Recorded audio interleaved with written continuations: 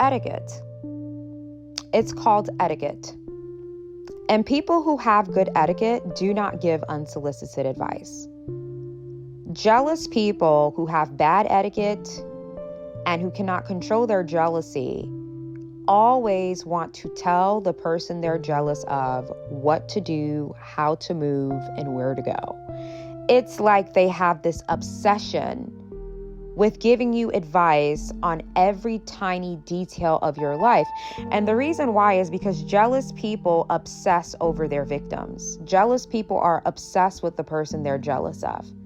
So because they're obsessed with you and they idolize you and mentally they feel like you're their superior, they're always looking for details and small things about you that they can use to bring you down a couple notches.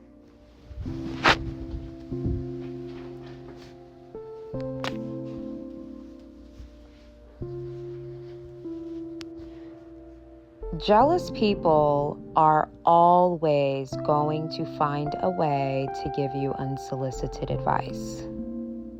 They always have something to say about what you're doing, what you're wearing, where you're going, and it's draining. Okay, it's draining. So jealous people have this insidious way of trying to make it seem like they're trying to help you by giving you advice, when in reality, they are trying to covertly find a way to criticize you.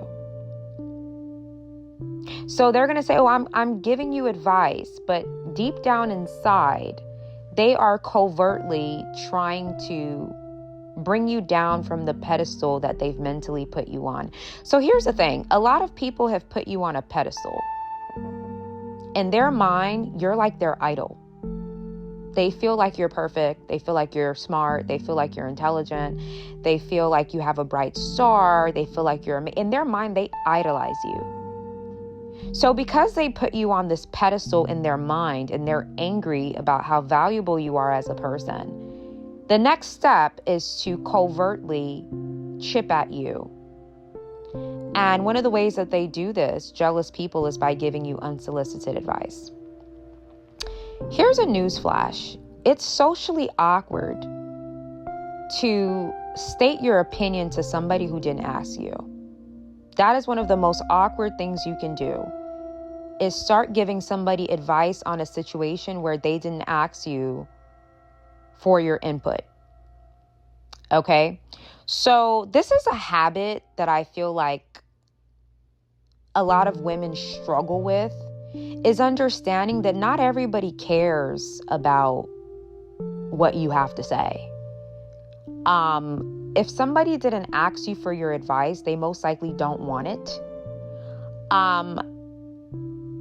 Women have this habit of just giving their advice freely, not understanding that the person that's hearing you can actually translate that as you being very rude and overbearing.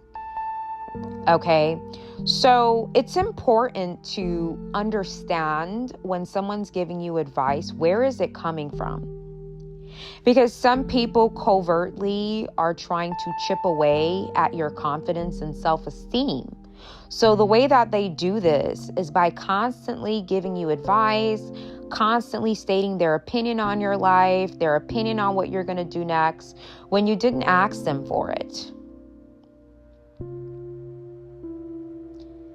Before I left my toxic family was always giving me advice that I didn't ask them for. Calls, texts.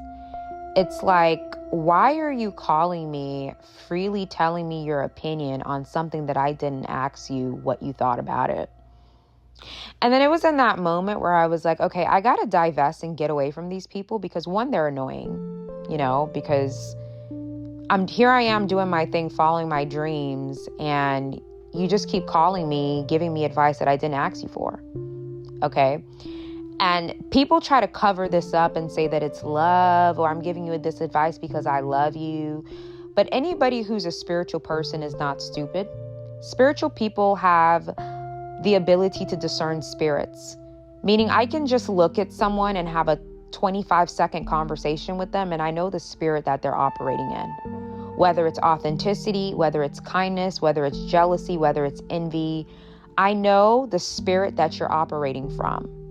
So don't think that you're going to infiltrate yourself in my life with your opinions and your unsolicited advice and quote unquote constructive criticism. Sometimes it's not even constructive criticism. Some people don't even have the resume to be critiquing you on what you're doing. Human beings have this insidious way of commenting on things they never done or giving you advice about where you're going when they've never even been in that destination before. So somebody who's never been to Italy and has never visited venues in Italy cannot give you advice on what venue or hotel to stay at because they've never been there. So a lot of people are trying to give you constructive criticism when it's really not constructive at all because they don't even have the leeway to criticize what you're doing because they've never been there. So they're really just deconstructing you covertly. Oh my God.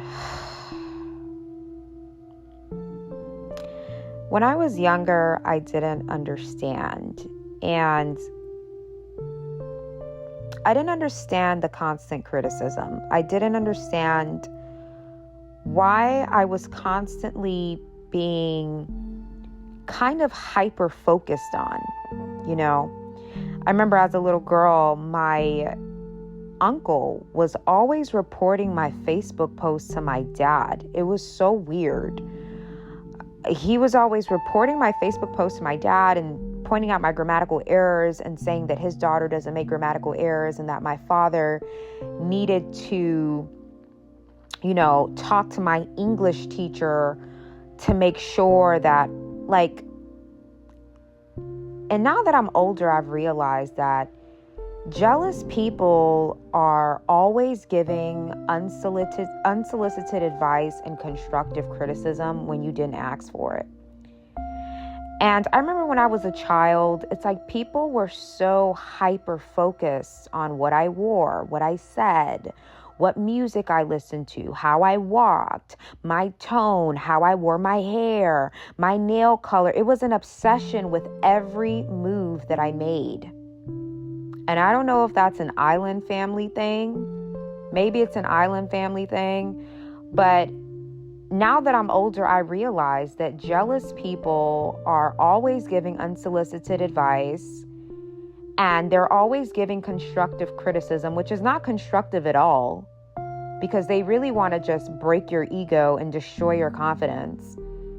And they want to make it look like they're trying to help you. So, ladies and gentlemen, and this is big for my mentees, make sure you have like a mentor or a coach or a spiritual advisor, spiritual mother, spiritual father that you can go to for, you know, reassurance, and somebody that you can go to really, you know, light the pathway for you, because a lot of jealous people are going to try to give you advice, unsolicited advice that is either set to hold you back, meaning bad advice, purposefully giving you bad advice, or they are just going to give you advice to make you self-conscious.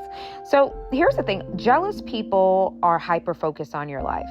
Okay, I want you to understand that. Jealous people are constantly hyper-focused on what you're doing, okay? So when somebody is jealous of you, they watch everything that you do. That's why they pay attention and spot out certain things about yourself that you yourself haven't even recognized, because they are paying more attention to you than you are paying attention to you.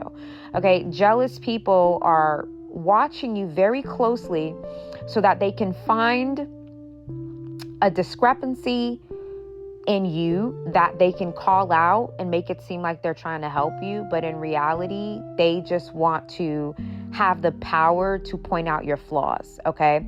So jealous people are obsessed with finding a flaw in you, a flaw in your outfit, a flaw in your verbiage, a flaw in your car. They're always looking for some type of flaw that they can point out and label it as unsolicited advice.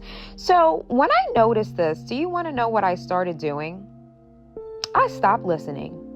Yes, I did. I stopped giving people the opportunity to freely share how they feel with me because I don't care.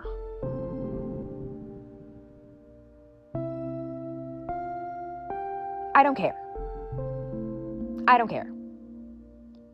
Because I have my soul tribe that I know are divinely created to help me both physically and spiritually without any ill intention.